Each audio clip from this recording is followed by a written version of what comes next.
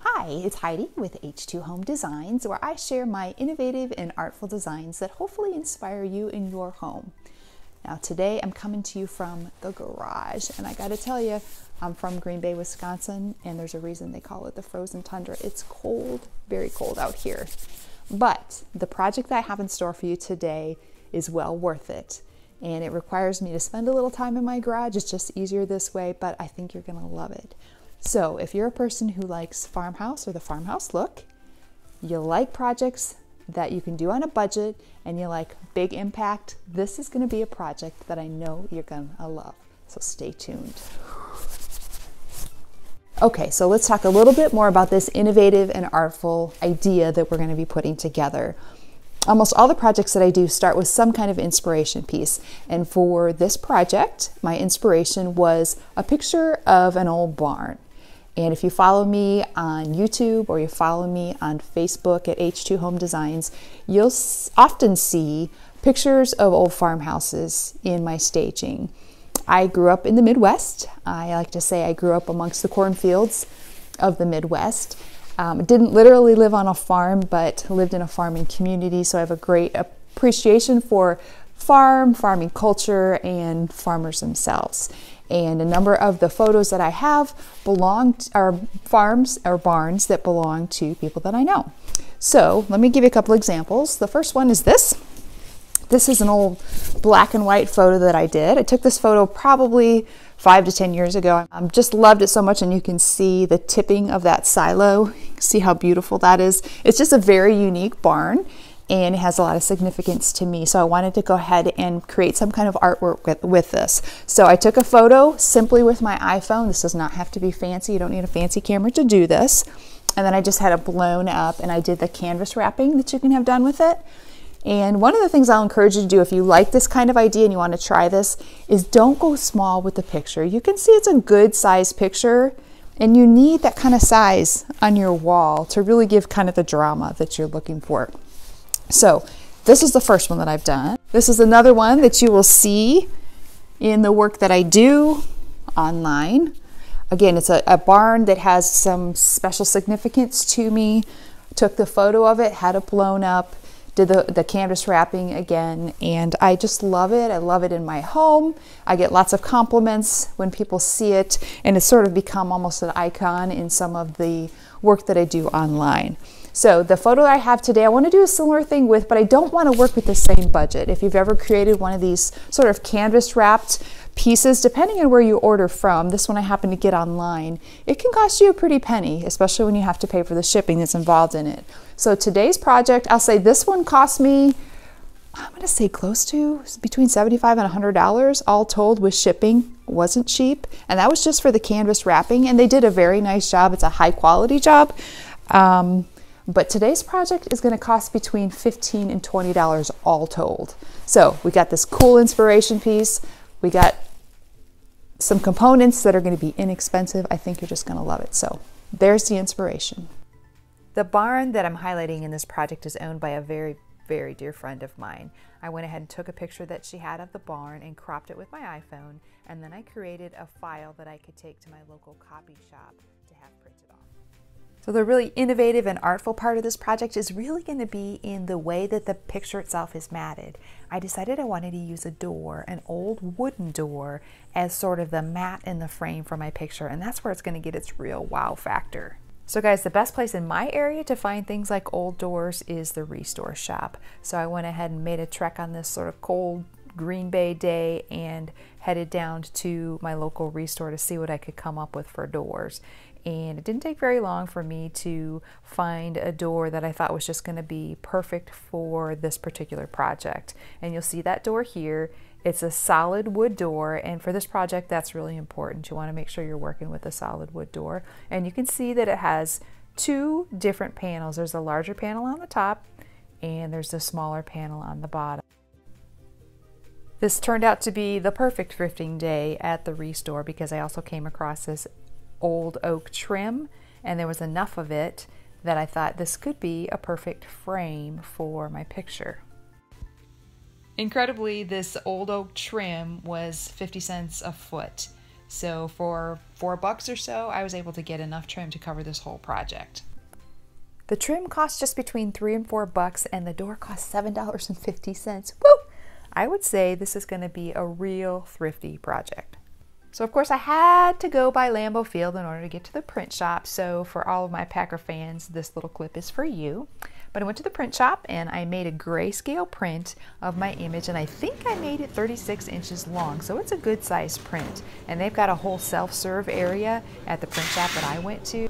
I simply popped in my flash drive, made a payment, and voila, I had a beautiful print waiting for me. And this grayscale print only cost me $5. So the kind of door that I've chosen for this project is actually really important to the final outcome. I came into this project knowing that I have a farmhouse picture and I wanted to have a farmhouse look. So I went ahead and selected a door that is wood, first of all, and that's going to allow me actually to cut this door down. It's a 2-panel door. I cut it down a little bit to be the size that I want. It's also a color bonus that I would love to work with. It's an off-white, but it's got legitimate cracks and crackles and chippiness throughout it, so that fits perfectly into my farmhouse theme as well. I'm also interested in the construction of the door. You can buy what's called a flat panel door. This door has a recessed panel, and that for me is the beauty of the whole project. I can take my image, and we're going to pretend this is the farmhouse image or the barn that I'm working with and that it's a larger piece, but I can take the image and I can set it into this recessed area, and when you do that you can see it almost creates then a frame around it. Those stiles and those rails create kind of a frame, and then the inset panel creates almost a mat that goes around it. So it gives it a really beautiful look without having to spend money on having a mat done or an expensive frame. So make sure as you're choosing your door that it's going to fit the style that you're hoping to ultimately end up with. And pick a wood door, a solid wood door, and that's going to mean probably something a little bit older to find solid wood. It's not super easy to find right now, and it's usually pretty expensive when you do. But this door cost me $7.50. Perfect. This door is pretty heavy, so I batted my eyelashes a couple of times, and Romeo offered to cut the door into 2 pieces for me. I trimmed my image down, and you can see that I gave it about 3 inches all the way around the border of my picture to give it sort of that matte look. I've chosen Mod Podge in a matte finish to adhere my image to the back panel of my door. Just pour some onto the back panel, and I've used an old chip brush. No need to use a fancy brush here, just an inexpensive brush will do. And you're just going to take it and you're going to put a nice, fairly thick, even coat of the Mod Podge on the back, and you want to make sure that you cover the entire back panel with it because we want it to all have sort of a cohesive look from the picture all the way out to the edges. Now what you don't want to do is to get any of that Mod Podge on your stiles and rails, because I'm looking for, I want them to have a different look than the actual area that's kind of the matte of my picture, if that makes sense. So I want to keep the chippy flat paint that's already there on those stiles and rails, and it's just the inner panel area that I want to have sort of this matte finish from the Mod Podge.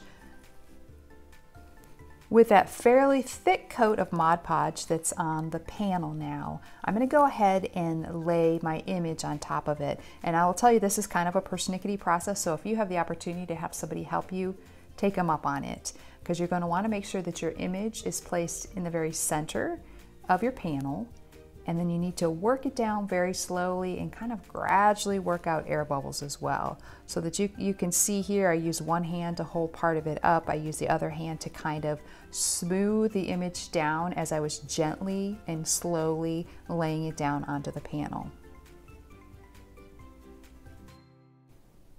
You may find that you need to do a little bit of adjusting of the image like you see me doing here.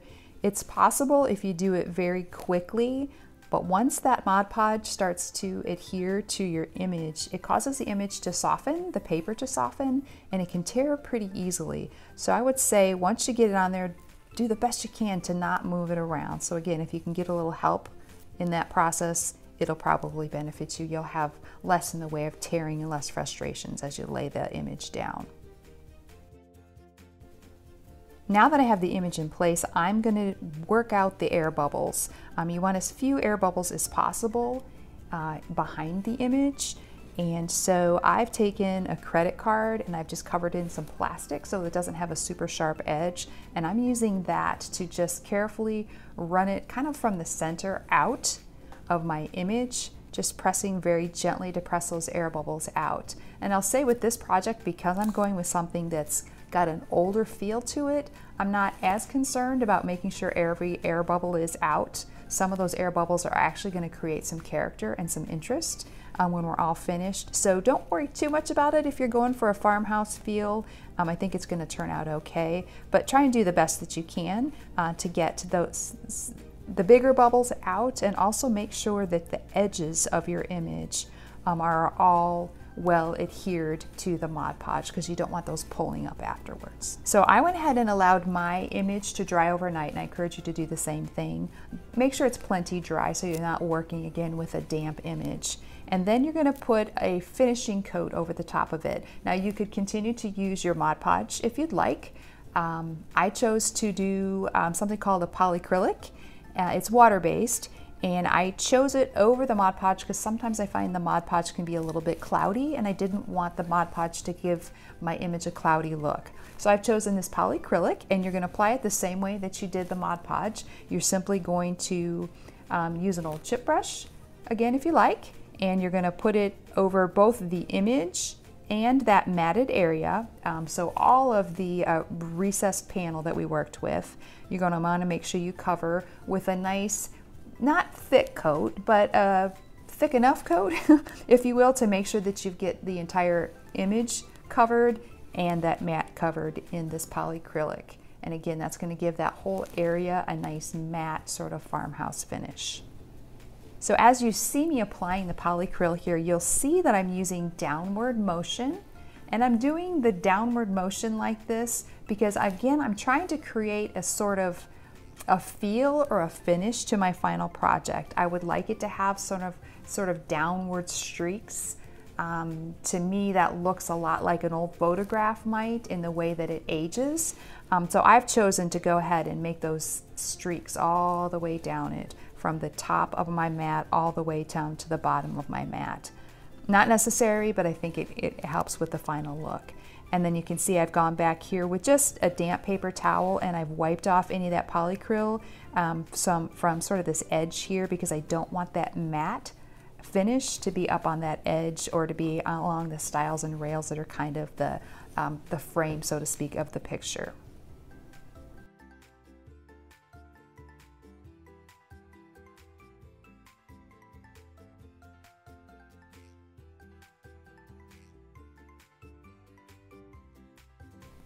Now you're going to want to allow the polycryl to dry completely.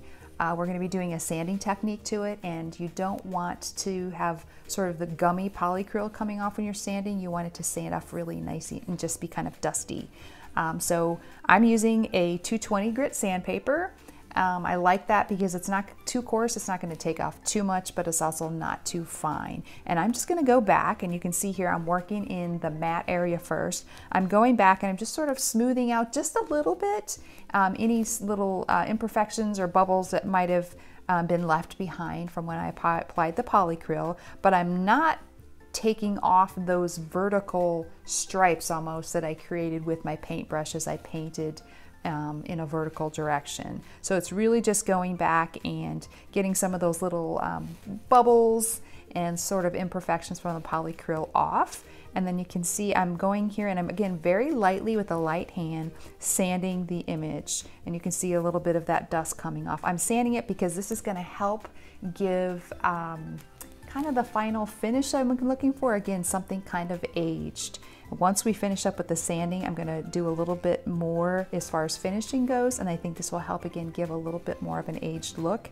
Sanding is not necessary. If it's something you prefer not to do, you don't have to, but I just chose to do it because I think it's going to age it in just the right way. Now that I have it all lightly sanded, I'm just going to go back again with a damp rag, very damp, doesn't need to be very wet, and just go across the image and across the matted area and just take off any of that dust that was created from my sanding.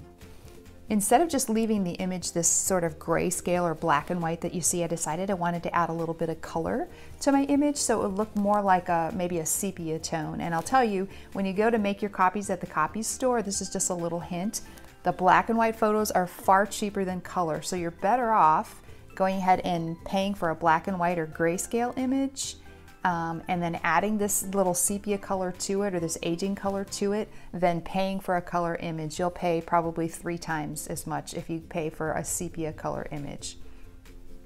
So to add the sepia effect, we're going to first tape off all the edges of our photo, and I'm just using this frog tape here. You can use a painter's tape, and you want to butt your tape right up to the edge of your image. You want to do that all the way around the perimeter of your image, and you want to make sure that you've got that tape snug up against. So I would go back over it with your finger and just make sure it's pressed down snugly against your image, and that you don't have any of that matte showing between the image and the tape itself. I'm going to be using waxes to give my image that sepia tone. I'm going to start off with a clear wax, and a clear wax is important to run across the entire piece. It makes it easier for your colored waxes to sort of move around on the picture a little bit. So this one is just an Annie Sloan clear wax, and then I have a couple, I think they're Amy Howard waxes. This is a light wax that I like to use, and then I also have a darker wax that I like to use to give my image a little more of a vignette look almost, if you will. Using a clean and soft cloth, you're going to go ahead and apply waxes to your image. Now you're just working on the image itself. You don't want to be working in that matte area at all, and that's why we taped it off, so that we can keep the wax and the waxy look just on top of the picture itself. So I've got a soft cloth here, and I'm just taking a little bit of that clear wax, and I am going ahead and covering the entire image in that clear wax. And that clear wax almost provides sort of a medium for you to then apply your darker waxes. It makes it a little bit easier for the darker waxes to go on, and it makes it a little bit easier for you to work and blend those darker waxes as time goes on. Next, I'm taking that same soft cloth, and I'm going to go ahead and apply some of the Amy Howard light wax. I love the white light wax because it gives me the ability to give the entire image a light, very light whisper of a yellow or yellowing, instead of covering the whole thing in a dark color. So I'm just taking that cloth and I'm gently going around the image, and I'm applying the light wax to most of the image itself. I started along the edges a little bit, but as I worked through the piece, I realized I really wanted the entire image to be covered in sort of that light wax, and then my dark wax would be the one that I use sort of around the edges and the corners to give it more of a vignette type feel. Now I'm going to go ahead and add that last wax, that dark antiquing wax, to the image to give it a true antique feel. And I'm going to use that same rag, and I'm going to go ahead and put it around the edges of the image and in the corners to create sort of that vignette feel. A little insider tip here, I find that it can actually be beneficial to use my fingers to apply some of this dark wax. In fact, it allows me to be a little more specific about the areas that I'm applying the wax. So you just simply dip your fingers in the wax, and then you go ahead and rub it into the areas that you want to have that wax. I will tell you, when you're doing a larger piece like this, that rubbing of the wax with your fingertips on wood can actually take the skin off the tips of your fingers. I've had that happen before. So work at it a little bit. Maybe don't go too crazy though, because it is a little bit painful afterwards. So now you may want to let your project sit overnight to give that wax a little chance to cure slightly. It doesn't have to be completely cured. That can take days for that to happen, but I just went ahead and let mine sit overnight. So I've just got a soft cloth, and I'm going to go over the wax while I still have the frog tape on, and I'm just going to give it a light buffing. Just like you might do if you were to shine up a pair of shoes. You put the wax on and then you buff afterwards. That's really what this process is. I'm just going to go around the whole piece, and I'm just going to buff it gently.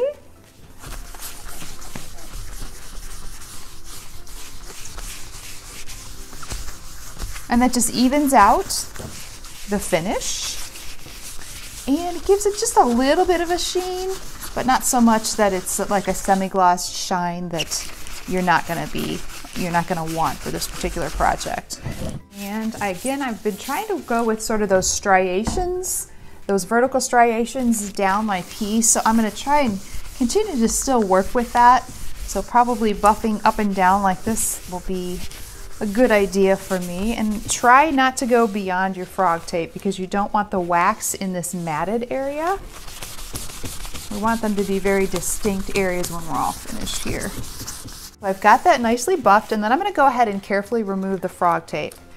And hopefully I won't lose any of that paint that's underneath.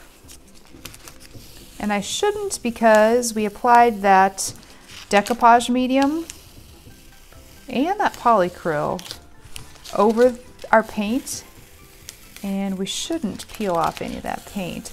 But anytime you're going with a farmhouse look like this, it doesn't necessarily hurt if some of the paint is peeling and a little bit chippy. It kind of goes with the whole farmhouse theme.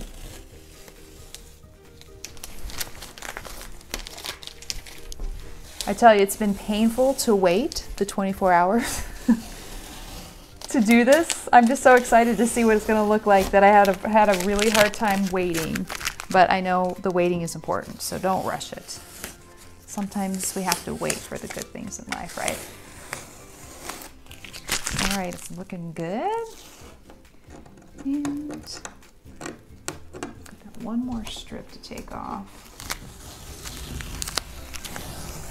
All right, and now that we have the tape removed, we've got the image that we're kind of looking for, and I can see that there's a difference, and this is what we were going for. I can see that there's a difference in the matted area in the finish. It's kind of a flat finish, but then we also went over it with that sandpaper, so you can kind of see some lines in it where it was sanded, but it's very distinctly different from the photo itself and the aging and the wax that's on the photo. So if we did it right, you should see distinct areas here. So this area here, your stiles and rails, should be that original paint. Inside here, your what we're going to call sort of our matted area is sort of scratched up and flat looking, and then we've got the image itself that's got that really nice wax finish to it. So, and now we're on to adding the trim so we have a frame. All right, next let's talk about that trim that we bought. We bought this beautiful oak trim that's going to go around and create kind of a frame for us. And I'm going to go ahead and apply this with a butt joint. Instead of doing mitered corners, which can be a little tricky, I'm going to do a butt joint. And a butt joint is simply taking the two pieces of trim or wood and butting them up against each other like that to create your corner. It's the easiest kind of corner that you can do. So I'm going to go with easy today. And the important part for me is going to be making sure that I put my trim,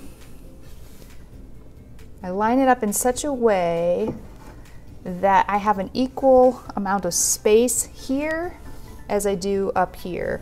So that means I'm going to have to offset this piece a little bit and bring that joint up there so that I end up with, again, it almost looks like a second mat that I have going all the way around my piece.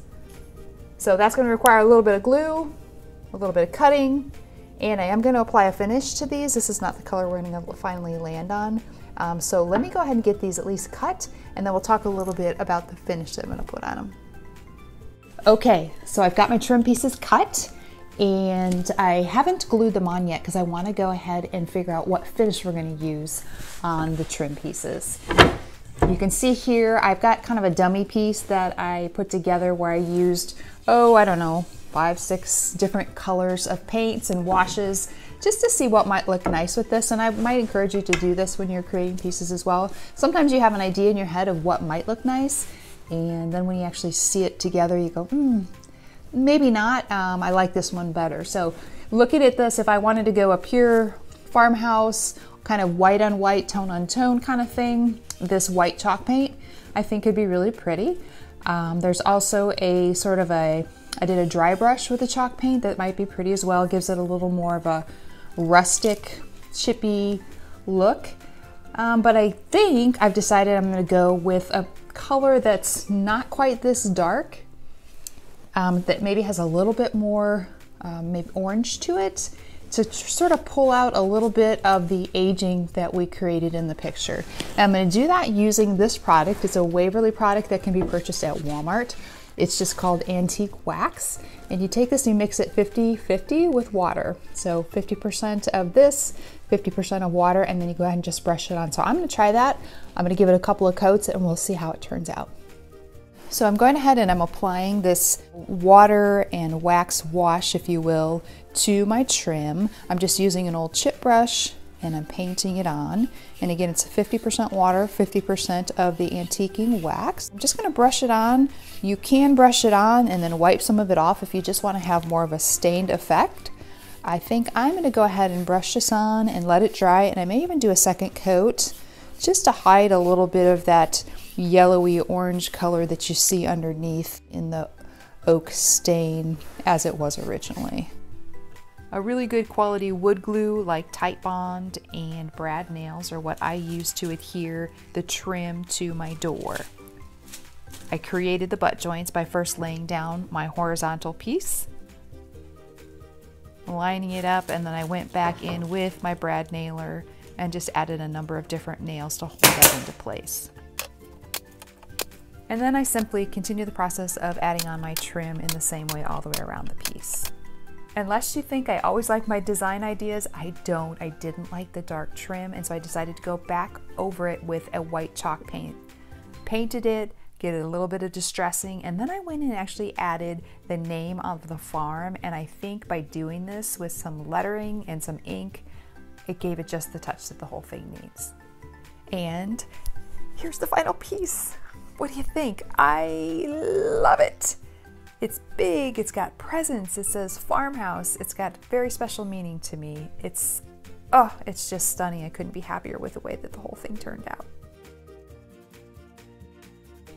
You can do this innovative project. All you need is a picture that you can reproduce, an old door that you can find at a garage sale or a thrift store, some trim, and if you can find trim that's got the chippy paint on it already, that's a bonus, and a little bit of Mod Podge. That's all you need to get the same look.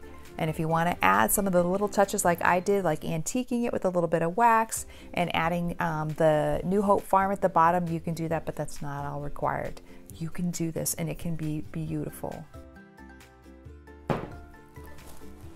Thank you so much for watching as I shared this innovative and artful design with you today. I hope it's something that inspires you. We took something as simple as a picture that you can take with any iPhone or smartphone, an old door and a little bit of trim, and we created something that's truly innovative, artful, one of a kind, and seriously, the whole thing cost me about 15 bucks. Who can go wrong with that? And the end result is big, it's beautiful, it's dramatic, and I just love it.